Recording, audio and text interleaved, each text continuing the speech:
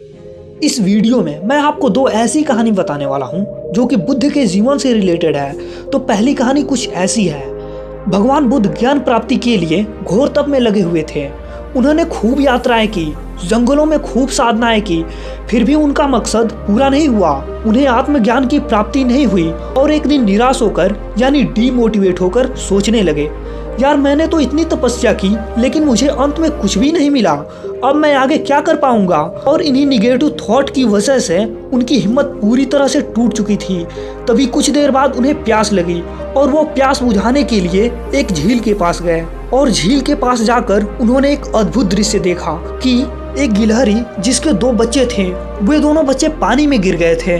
पहले तो गिलहरी ऐसे ही बैठी रही, फिर कुछ देर बाद गिलहरी झील के अंदर गई, अपना पूरा शरीर पानी से भिगोया और बाहर आकर उस पानी को झाड़ने लगी और वो ऐसा बार बार करने लगी। बुद्ध सोचने लगे, ये गिलहरी कितनी मूर्ख है, क्या इसे लगता है कि इस तरह से यह झील खाली हो जाएगी।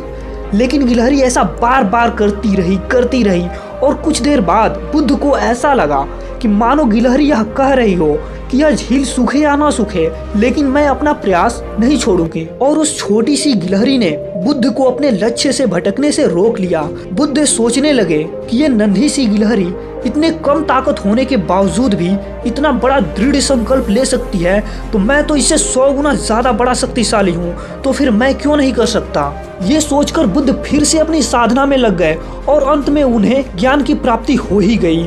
तो ये थी पहली कहानी। अब चलते हैं दूसरी कहानी की ओर। भगवान बुद्ध से आकर एक व्यक्ति ने पूछा कि मैं खुशियाँ चाहता हूँ। तब बुद्ध ने कहा, तुम्हारे प्रश्न में ही तुम्हारा उत्तर है।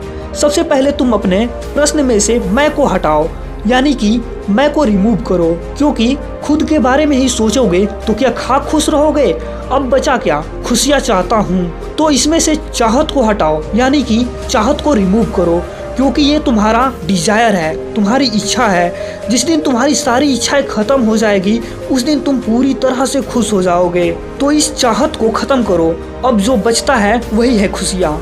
कमेंट में बताएं कि आपको इन दोनों में से कौन सी कहानी अच्छी लगी।